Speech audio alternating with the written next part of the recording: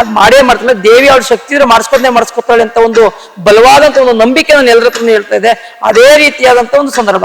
ನನಗೆ ಪ್ರಶಸ್ತಿ ಅನ್ನೋದಕ್ಕಿಂತ ಮುಂಚಿತವಾಗಿ ನನಗೆಲ್ಲ ಒಂದ್ ಕಡೆ ಜವಾಬ್ದಾರಿ ಜಾಸ್ತಿ ಆಯ್ತು ಅನ್ನೋಂಥ ಒಂದು ಸಂದರ್ಭ ವ್ಯವಸ್ಥೆ ಆಗಿರೋಂಥದ್ದು. ಕ್ಯಾಲ್ಸಿಯಂ ಕಮ್ಮಿ ಇದೆ, ಅದರಿಂದ ನಂಗೆ ಆಗ್ತಾ ಇದೆ ಅಂತ ಮಾತ್ರೆ ಇಂಜೆಕ್ಷನ್ ಎಲ್ಲ ತಗೊಂಡಿದ್ದು.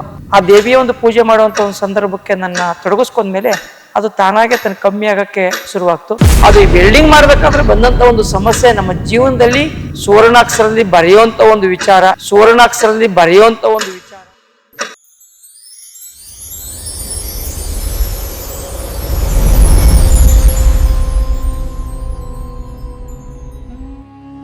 ಒಂದು ಗ್ರಾಮ, ಒಂದು ಕನಸು, ಒಂದು ಸೇವಾ ಮನೋಭಾವ, ಸೇವಾ ಸಂಕಲ್ಪ, ಅನ್ನವೇ ಪರಬ್ರಹ್ಮ ಎಂಬ ತತ್ವವನ್ನು ಕೇವಲ ಹೇಳದೆ ದಿನದ 24 ಗಂಟೆಯು ಅನ್ನ ದಾಸೋಹದ ಮೂಲಕ ಬದುಕಿನಲ್ಲಿ ಅಳವಡಿಸಿಕೊಂಡಿರುವಂತಹ ಏಕೈಕ ಕ್ಷೇತ್ರ, ಪಂಚಲೋಹದ ಭವ್ಯ ವಿಗ್ರಹದ ಮೂಲಕ ದೇಶ ವಿದೇಶಗಳ ಭಕ್ತರನ್ನು ಆಕರ್ಷಿಸಿರುವ ಪುಣ್ಯಕ್ಷೇತ್ರ.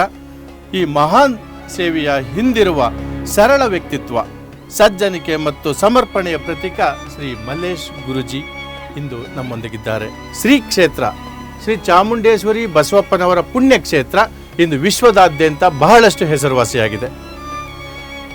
ಕೆಲವೇ ವರ್ಷಗಳಲ್ಲಿ ಇತಿಹಾಸ ಅಂದರೆ ಏನು ಎಂಬುದನ್ನು ನಿರೂಪಿಸಲು ಹೊರಟಿರುವಂತಹ ಶ್ರೀ ಕ್ಷೇತ್ರ, ಅದು ಏಕೈಕ ಶ್ರೀ ಕ್ಷೇತ್ರ ಶ್ರೀ ಚಾಮುಂಡೇಶ್ವರಿ ಬಸವಪ್ಪನವರ ಪುಣ್ಯಕ್ಷೇತ್ರ.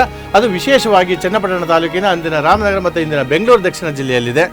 3 ಜಿಲ್ಲೆಗಳಿಗೆ ಒಂದು ರೀತಿಯ ಕೊಂಡಿಯ ರೀತಿಯಲ್ಲಿದೆ. ತುಮಕೂರು ಜಿಲ್ಲೆ ಮತ್ತು ಮಂಡ್ಯ ಜಿಲ್ಲೆ ಹಾಗೂ ಬೆಂಗಳೂರು ದಕ್ಷಿಣ ಜಿಲ್ಲೆಗೆ ಆಕರ್ಷಣೀಯ ಕೇಂದ್ರವಾಗಿ ತುಂಬ 3 ಜಿಲ್ಲೆಗಳಿಗೂ ಕೇಂದ್ರ ಬಿಂದುವಾಗಿ ಇದೆ. ಅಂತಹ ಸಾಧಕರನ್ನು ಗುರುತಿಸುವ ಕೆಲಸವನ್ನು ನಮ್ಮ ಕರುನಾಡು ಟೈಮ್ಸ್ನ ವಿಶೇಷವಾದ ಎಪಿಸೋಡ್ ಅಂತ ಏನು ಹೇಳ್ತೀವಿ, ಸಾಧಕ ವಿತ್ ಗೋರಾಶ್ರೀ ಕಾರ್ಯಕ್ರಮದಲ್ಲಿ ಅವರನ್ನು ಮಾತಾಡಿಸ್ತಾ ಹೋಗ್ತೀನಿ. ಅವರ ಸಾಧನೆಗಳು ಏನು, ಅವರ ಕನಸುಗಳೇನು, ಭವಿಷ್ಯದಲ್ಲಿ ಏನೆಲ್ಲ ಮಾಡಲಿಕ್ಕೆ ಹೊರಟಿದ್ದಾರೆ ಅನ್ನೋ ಸಂಪೂರ್ಣ ಮಾತನ್ನು ಅವರ ಮೂಲಕ ಕೇಳ್ಕೊಂಡು ಬರೋಣ ಬನ್ನಿ. ಗುರುಜಿಯವರೇ, ಕರುನಾಡು ಟೈಮ್ಸ್ನ ಸಾಧಕ ವಿತ್ ಗೋರಾಶ್ರೀ ಕಾರ್ಯಕ್ರಮಕ್ಕೆ ತಮಗೆ ಸ್ವಾಗತ. ನಮಸ್ಕಾರ.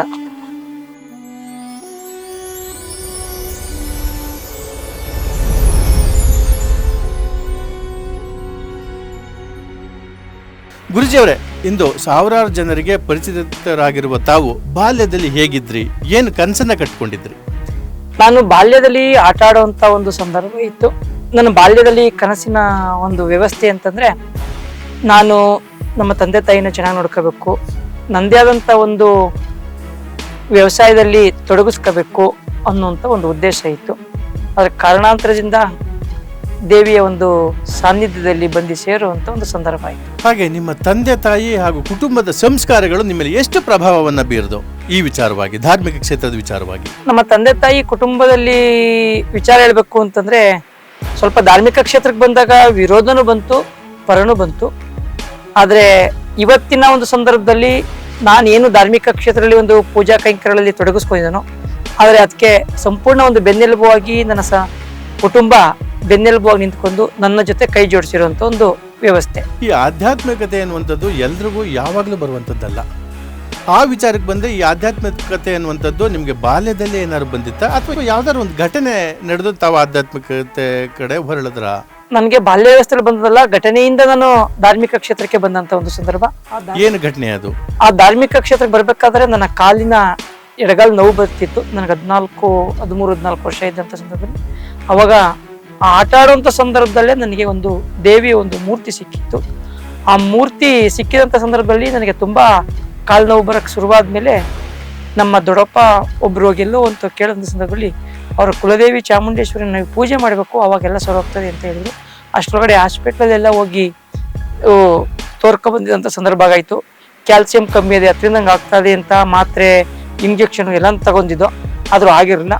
ಆ ದೇವಿಯ ಒಂದು ಪೂಜೆ ಮಾಡುವಂತ ಒಂದು ಸಂದರ್ಭಕ್ಕೆ ನನ್ನ ತೊಡಗಿಸ್ಕೊಂಡ್ಮೇಲೆ ಅದು ತಾನಾಗೆ ತನ್ನ ಕಮ್ಮಿ ಆಗಕ್ಕೆ ಶುರುವಾಗ್ತು.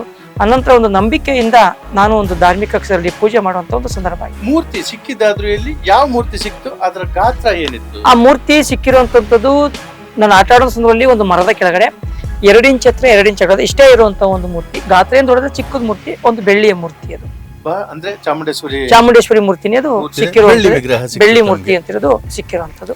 ಈ ಸುಖ ಅನ್ನೋದು ಒಂದು ಕಡೆ ಗುರುಜಿ, ಈ ಕಷ್ಟ ಅನ್ನುವಂಥದ್ದು ಬಹಳ ಮುಖ್ಯ. ನಿಮಗೆ ಈ ಕಷ್ಟ ಅನ್ನೋದು ಮೊದಲ ಕಷ್ಟ ಅನ್ನುವಂಥದ್ದು ಬಹಳ ಎದುರಿಸಿದಂತಹ ಕಷ್ಟ ಯಾವುದಾದ್ರೂ ಇದೆಯಾ? ನನಗೆ ತುಂಬಾ ಒಂದು ಲೆಕ್ಕಾಚಾರ ಹೇಳ್ಕೋಬೇಕು ಅಂತಂದ್ರೆ ಮೊದಲೇ ನಾನು ತುಂಬಾ ಸುಖವಾಗಿದೆ ಧಾರ್ಮಿಕ ಕೆಲಸದಲ್ಲಿ. ಇವಾಗಲೇ ಒಂದಲ್ಲ ಒಂದು ರೀತಿ ಒಳಗಡೆ ಎದುರಿಸುವಂತ ಸಂದರ್ಭಗಳು ಬರುವಂಥದ್ದು. ಅಂದ್ರೆ ಧಾರ್ಮಿಕ ಕ್ಷೇತ್ರಕ್ಕೆ ಸಂಪೂರ್ಣವಾಗಿ ತೊಡಗಿಸ್ಕೊಳ್ಳೋಕ್ಕಿಂತ ಮುಂಚೆ ಬಹಳಷ್ಟು ಸುಖವಾಗಿದ್ರಿ.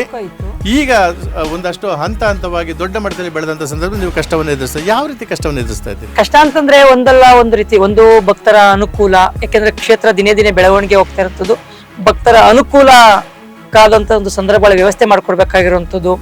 ಮತ್ತೆ ಅದಾದ್ಮೇಲೆ ಪ್ರತಿಯೊಂದು ಧಾರ್ಮಿಕ ಒಂದು ಕ್ಷೇತ್ರ ಯಾವುದೇ ರೀತಿಯಲ್ಲಿ ಬೆಳವಣಿಗೆ ಆಗ್ತಾ ಇರೋದೋ ಅವ್ರಿಗೆ ಬಂದಂತ ಭಕ್ತರಿಗೆ ದಾಸೋಹ ವ್ಯವಸ್ಥೆ ಆಗ್ಬೋದು, ಪ್ರತಿಯೊಂದು ವಿಚಾರಗಳಾಗ್ಬೋದು, ಅದು ಬಹಳ ಕಷ್ಟಕರ ಅಂತ. ಯಾಕಂದ್ರೆ ಭಕ್ತರುಗಳು ಒಂದೇ ತರ ಇರಲ್ಲ, ಹಲವಾರು ತರ ಇರ್ತಾರೆ.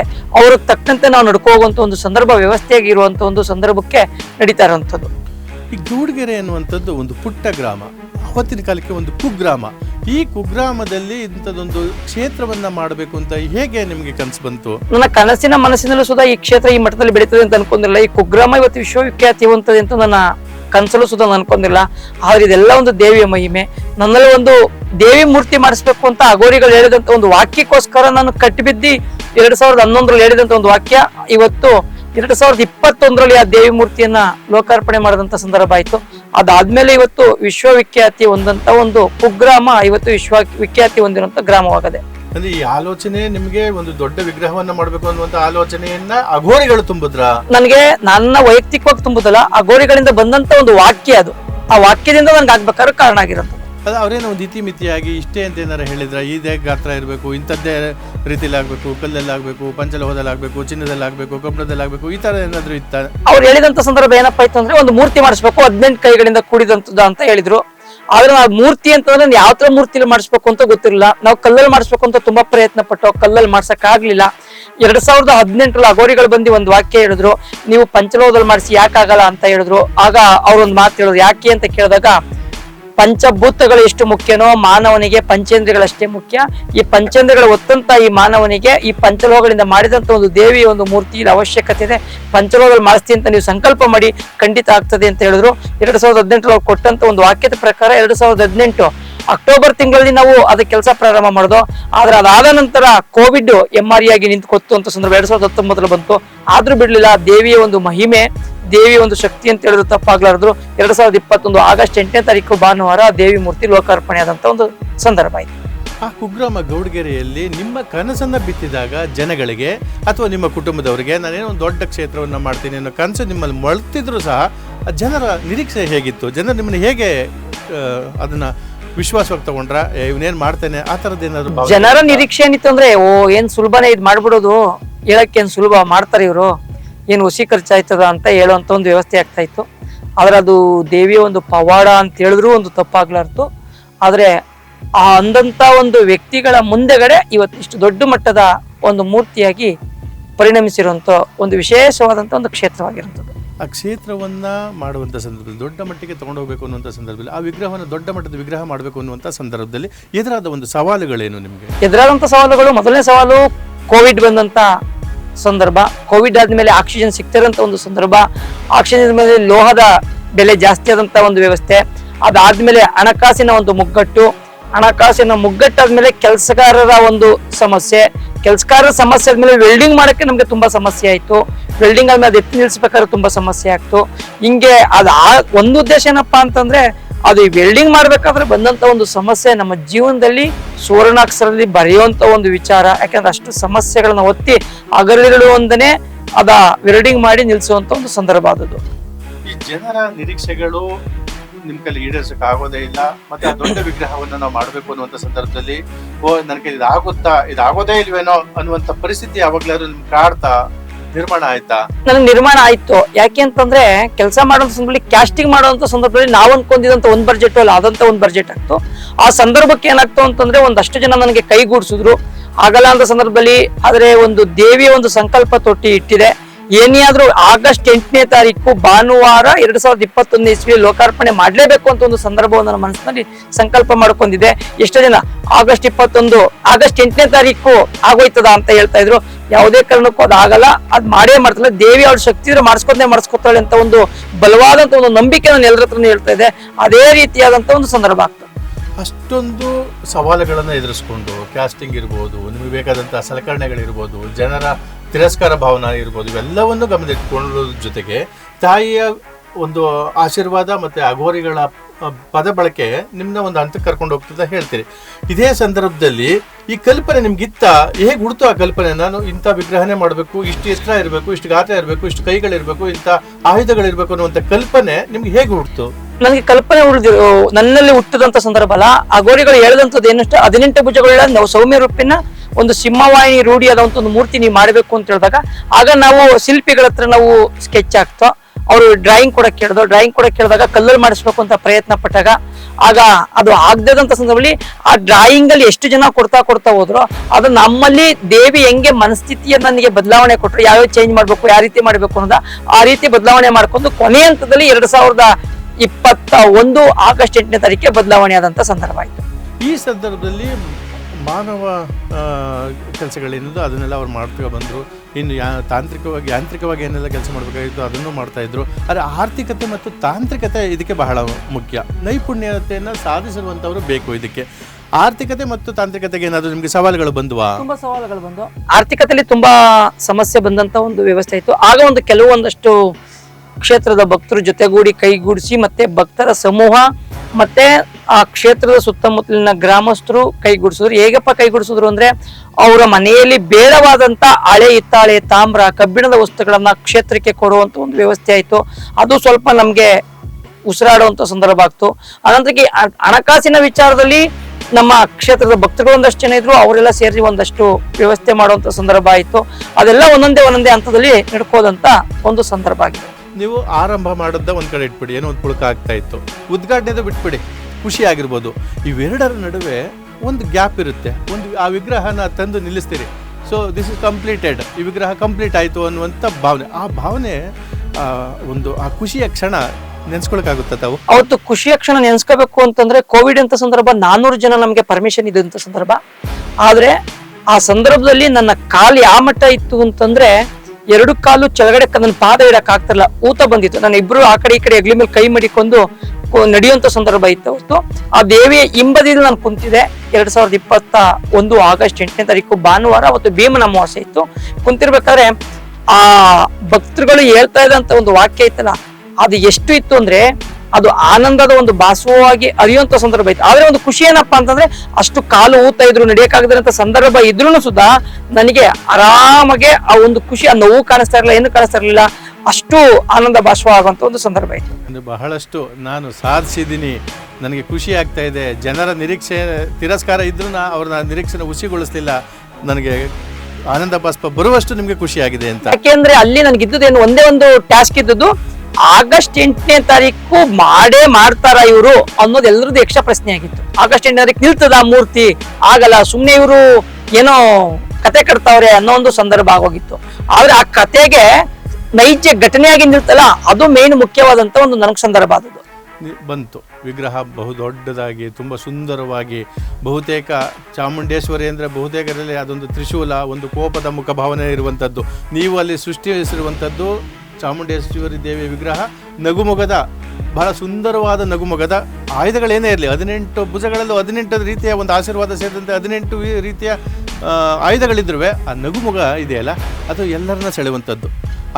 ಆ ಸಂದರ್ಭವನ್ನು ನೀವು ನೆನೆಸ್ಕೊಂಡ್ರೆ, ನಾವು ಹಲವಾರು ಬಾರಿ ಇದ್ರ ವಿಚಾರವಾಗಿ ಮಾತಾಡಿದ ಸಂದರ್ಭದಲ್ಲಿ ಒಂದೊಂದು ಭಾಗವನ್ನು ವರ್ಣಿಸಿದ್ವಿ ತಾವು. ನಾನು ಕೇಳ್ತಾ ಹೋದೆ, ನೀವು ಹೇಳ್ತಾ ಹೋಗಿದ್ರಿ. ಆ ಭಾವನೆಗಳು ಹೇಗಿತ್ತು? ಆ ಭಾವನೆಗಳೇನಿತ್ತು ಅಂತಂದ್ರೆ, ನಾವು ಕ್ಯಾಸ್ಟಿಂಗ್ ಮಾಡುವಂತ ಸಂದರ್ಭದಲ್ಲಿ ಫೈಬರ್ ಇತ್ತು. ಮೊದಲು ಮಣ್ಣಿಂದ ಮಾಡಿ, ಮಣ್ಣಾದ್ಮೇಲೆ ಫೈಬರ್ ತೆಗ್ದು, ಫೈಬರಿಂದ ಕ್ಯಾಸ್ಟಿಂಗ್ ಮಾಡಿ, ಕ್ಯಾಸ್ಟಿಂಗ್ ಇಂದ ಅನಂತರಕ್ಕೆ ವೆಲ್ಡಿಂಗ್ ಮಾಡಿ ಮಟ್ನಿ ಹಾಕ, ಅಂದ್ರೆ ಆ ದೇವಿಯ ಮುಖವನ್ನ ಒಂದು ಕಡೆ ಸೈನಿಂಗ್ ಮಾಡುವಂತ ಒಂದು ಸಂದರ್ಭ ಬಂತು. ಅವಾಗ ಒಂದೊಂದು ಪಾಲ್ಟಲ್ಲೂ ದೇವಿಯ ಮುಖ ಒಂದೊಂದು ಚಹರೆ ಆಗ್ತಾ ಇತ್ತು. ಆ ಚಹರೆ ಆದಂತ ಸಂದರ್ಭದಲ್ಲಿ ಏನು ಆ ದೇವಿಯ ಮುಖವನ್ನ ಕೂರಿಸಿದಂತ ಒಂದು ಸಂದರ್ಭದಲ್ಲಿ ಒಂದು ಘಟನೆ ನಡೀತು. ದೇವಿಯ ಮೂರ್ತಿ ಎಷ್ಟೇ ಪ್ರಯತ್ನ ಪಟ್ಟು ಕೂರಕ್ಕೆ ಈ ಕುತ್ತಿಗೆ ನೆಲದಲ್ಲಿ ಕೂರಕ್ಕೆ ಅವಕಾಶ ಆಗ್ತಾ ಇರ್ಲಿಲ್ಲ. ತುಂಬಾ ಪ್ರಯತ್ನ ಪಟ್ಟು ಬೆಳಗ್ಗೆಯಿಂದ ಸಾಯಂಕಾಲಗಿಂತ ಪ್ರಯತ್ನ ಪಟ್ಟು ಆಗಿರಲಿಲ್ಲ. ಕೊಂಚ ಸಾಯಂಕಾಲ ಒಂದು 4:30-5 ಗಂಟೆಲಿ ಅದು ಕೂರುವಂತ ವೆಲ್ಡಿಂಗ್ ಮಾಡುವಂತ ಸಂದರ್ಭ ಆಗ್ತು. ಅದಾದ ದಿನನೇ ಏನೋ ಆ ದೇವಿಯ ಹಿಂದೆ ಒಂದು ಅಡ್ಡ, ನಮ್ಮ ಹತ್ರ ಇವಾಗ್ಲೂ ಅದೊಂದು ಫೋಟೋ ಐತೆ, ತ್ರಿಶೂಲವಾಗಿ ಆಕಾಶದಲ್ಲಿ ಮೂಡುವಂತ ಒಂದು ಸಂದರ್ಭ ಆಯ್ತು. ಏನಿವತ್ತು ದೇವಿ ಎಡಗೈಲಿ ಇರುವಂತದ್ದು, ಅದು ಒಂದಾದಂತ ಒಂದು ಸಂದರ್ಭ. ಆಮೇಲೆ ಆ ದೇವಿಯ ಮುಖ ಇವತ್ತು ನಾವು ನೋಡ್ತಾವಿ. ಒಂದೊಂದು ವರ್ಷದಲ್ಲಿ ನೋಡಕ್ ಹೋದ್ರು ಒಂಥರ ಮುಖದ ಒಂದು ಹೊಳಪು, ಆ ತೇಜಸ್ಸು, ಆ ನಗುಮುಖ ಬದಲಾವಣೆ ಆಗ್ತಾ ಬರ್ತದೆ. ಯಾಕಂದ್ರೆ ಭಕ್ತರ ಮುಖದಲ್ಲಿ ಹೆಂಗೆ ತೇಜಸ್ಸು ಬಂದಕ್ಕೆ ಅಂತ ಮನಸ್ಸಿನ ಒಂದು ಆಘಾತವಾಗಿ ಬರ್ತಾರೋ, ಅದೇ ರೀತಿ ದೇವಿ ಅದು ಅಸ್ಟ್ರಾಕ್ಷನ್ ಅನ್ನುವಂಥದ್ದು ಅಷ್ಟು ಸುಂದರವಾಗಿ ಕಾಣಿಸ್ತಾ ಇರುತ್ತದೆ. ಆಯಿತು, ನಾನು ಇನ್ನೊಂದು ಘಟನೆಯನ್ನು ನೆನಪಿಸ್ಕೊಳ್ಳಿಕ್ಕೆ ಇಷ್ಟಪಡ್ತೀನಿ.